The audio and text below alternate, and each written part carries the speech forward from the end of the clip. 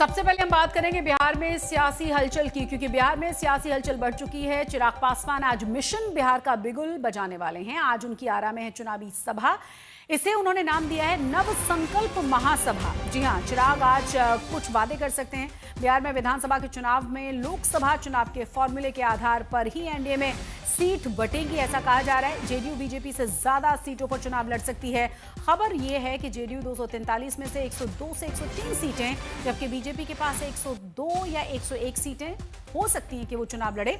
चिराग पासवान की पार्टी को 25 से 28 सीटें मिल सकती हैं चुनाव के लिए। मांझी की हिंदुस्तानी अवामी मोर्चा को मिल सकती हैं 6 से 8 सीटें, और उपेंद्र कुशवाहा की जो राष्ट्रीय लोक मोर्चा पार्टी है 4 से 5 सीटें उन्हें दी जा सकती हैं।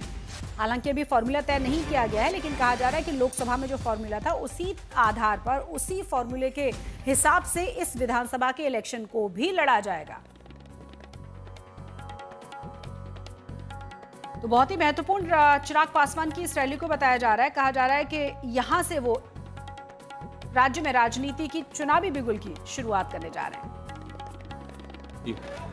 मैं कहां से विधानसभा का चुनाव लड़ूंगा नहीं लड़ूंगा, जैसा मैंने कहा ये तमाम विषयों पर चर्चा चल रही है। अंतिम मोहर इस पर पार्लियामेंट्री बोर्ड की तरफ से ही लगेगी। पर जो लोग मेरे विधानसभा के चुनाव लड़ने को लेकर ये भ्रम फैला रहे हैं मेरे ही गठबंधन के भीतर, मैं पुनः इस बात को दोहराता हूं कि अगर मैं विधानसभा का चुनाव लड़ूंगा, उसके पीछे की सोच अपने पार्टी के स्ट्राइक रेट को मजबूत करना होगा, गठबंधन को मजबूती देना होगा। इस विषय को लेकर चर्चा चल रही है।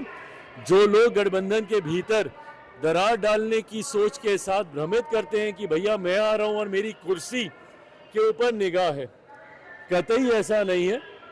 कुर्सी भी स्थिर है। और उधर हम पार्टी के नेता जीतन राम मांझी ने कहा है कि सीट शेयरिंग पर कोई बात नहीं हुई है अभी तक। आपको यह भी बता दें कि इससे पहले ही लगातार कयास ये लगाए जा रहे हैं, क्योंकि अभी कोई बातचीत नहीं हुई है। तो जो फॉर्मूला लोकसभा चुनावों में लागू किया गया था, उसी फॉर्मूले में विधानसभा चुनावों में चुनाव लड़ा जाएगा। सुनिए क्या कहा है जीतन राम मांझी ने।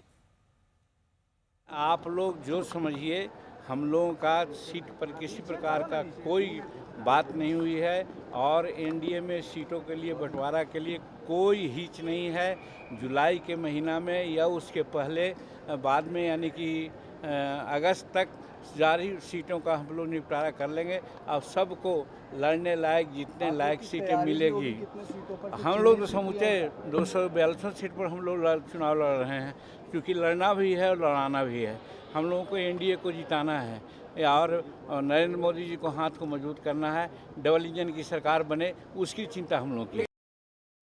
ज्यादा जानकारी के साथ हमारे दो संवाददाता जुड़ गए आरा से। हमारे साथ शशि भूषण है, साथ ही साथ हमारे साथ हिमांशु हैं दिल्ली से। हम पहले आरा का रुख कर लेते हैं। शशि भूषण, किस तरह की सुगबुगाहट, किस तरह की तैयारियां, और ये सीट शेयरिंग का फॉर्मूला कब साफ कर दिया जाएगा, या फिर जो कहा जा रहा है कि लोकसभा में जिस तरह से चुनाव लड़ा गया था उसी आधार पर अभी विधानसभा में भी चुनाव लड़ा जाएगा?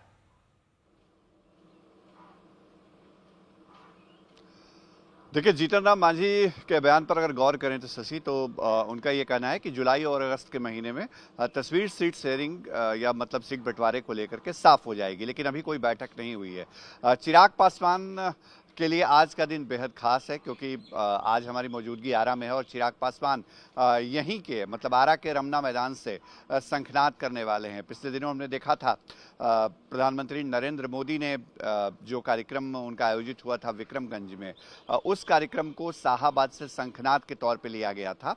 और आज आरा में जब चिराग पासवान नव संकल्प महासभा करेंगे तो उनका मकसद यही होगा कि शाहाबाद से ही जो चुनावी बिगुल है उसको बजाया जाए, और पूरा शक्ति प्रदर्शन देखने को मिलेगा। चिराग पासवान और उनकी पार्टी की तरफ से बड़ी तैयारी की गई है। हालांकि पारा बिल्कुल ऊपर है, 40 डिग्री से ऊपर का तापमान है। जून महीने में चिलचिलाती हुई धूप, और दोपहर के वक्त 1 बजे कार्यक्रम रखा गया है। तो ये माना जा रहा है कि 2 बजे तक चिराग पासवान जो हैं वो जनसभा को संबोधित करेंगे, जिसको महासभा नाम दिया गया है।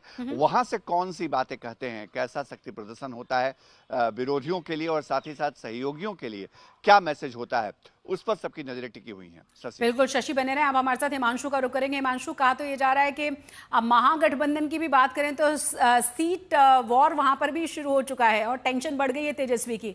लेकिन कुल मिलाकर देखा जाए तो जिस तरह से तैयारियां चल रही हैं और जिस तरीके से चिराग पासवान का रुख नजर आ रहा है, हालांकि इसके संकेत उन्होंने आज तक से बात करते हुए बहुत पहले दे दिए थे, इसे बिहार में किस तरीके से लिया जाएगा, या फिर जो उनके साथी गठबंधन के साथी हैं वो किस तरीके से ले रहे हैं, चाहे वो बीजेपी हो या फिर वो नीतीश कुमार हो?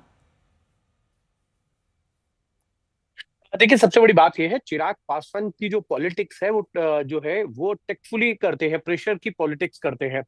2019 में उन्होंने ये कहा कि उनको 7 सीटें लड़नी है जो 2014 में लड़ी, लेकिन एडजस्टमेंट हुई 6 लोकसभा और 1 राज्यसभा। उनके पिताजी को राज्यसभा के जरिए जो है वो संसद में भेजा गया। तो इस तरीके की पॉलिटिक्स वो करते हैं। और जब आप 2020 का विधानसभा चुनाव देखिए, वो पॉलिटिक्स करते रहे। उन्होंने ये कहा कि उनको अगर 40 सीटें नहीं देंगे तो आप 35 सीटें प्लस 1 राज्यसभा दीजिए उनकी माता जी के लिए। वो नहीं हो पाया एडजस्टमेंट, और उसके साथ साथ उन्होंने एक एमएलसी भी मांगा। जब एडजस्टमेंट नहीं हुआ तो वो अलग गए और जेडीयू के खिलाफ उन्होंने ज्यादातर सीटों पर जो है वो उम्मीदवार उतारे, जिससे जेडीयू को बहुत बड़ा नुकसान हो गया। तो भारतीय जनता पार्टी के जिन नेताओं को टिकट नहीं मिल पाई थी उनको उन्होंने अपनी पार्टी के सिंबल पे चुनाव देकर चुनाव लड़वा दिया, जिसका नुकसान जेडीयू को हुआ। फायदा भारतीय जनता पार्टी को हुआ कि भारतीय जनता पार्टी के जो नंबर्स हैं वो 54 से बढ़कर जो है 73 हो गए थे। लेकिन बड़ी चीज ये थी कि जेडीयू जो है वो 70 से घटकर 42 सीटों पे आ गई। इस बार भी जो है चिराग यही कह रहे हैं कि जो उनकी पार्टी का हक है वो मिलना चाहिए। 2024 में भी उन्होंने कहा कि 5 सीटों पर उनका हक बनता है, वो लेंगे, क्योंकि इस बार नए गठबंधन में साथी आ गए हैं, जीतन राम मांझी हो या आप देखें उपेंद्र कुशवाहा। उन्होंने इस बात को स्वीकार किया, लेकिन 5 सीटें मांगी। उसमें उन्होंने ये भी शर्त रख दी कि उनके चाचा को वो अपनी तरफ से कोई सीट नहीं देने वाले हैं, चाचा का एडजस्टमेंट नहीं होगा। ये तमाम तरीके से चिराग जो है वो दबाव की राजनीति करते हैं, उसमें कई बार उनको सफलता भी मिलती है। और उन्होंने कहा कि उनका स्ट्राइक रेट जो है वो 100% का रहा है। ये सही है, लेकिन 15 का विधानसभा चुनाव देखे तो उन्होंने 42 सीटें लड़ी, एक जीती।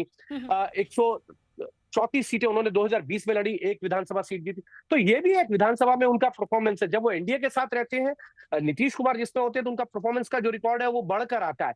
लेकिन जैसे ही वो नीतीश के अलग जाते हैं, नीतीश कुमार को नुकसान जरूर पहुंचाते हैं, तो आज भारतीय जनता पार्टी को उसका फायदा मिलता है। लेकिन चिराग का जो परफॉर्मेंस है वो विधानसभा में उस तरीके का नहीं रहता जिस तरीके का परफॉर्मेंस माना जा सकता है कि जो बिल्कुल हिमांशु, तो इंतजार करना पड़ेगा, क्योंकि रैली में आज वो बड़ी रैली करने जा रहे हैं, संबोधित करने जा रहे हैं। देखना होगा कि क्या आज वहां से उनकी तरफ से ऐलान किया जाएगा। बहुत बहुत शुक्रिया शशि भूषण आपका भी, हिमांशु आपका भी, इस तमाम जानकारी के लिए।